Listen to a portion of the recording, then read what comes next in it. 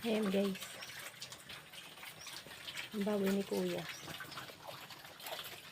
Kinuha po niya sa akin. Kumakain na po sila ng ano. Kangkong. Hoy, tama na yan.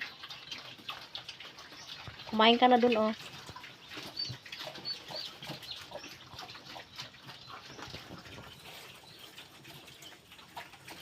So, ito naman po yung akin.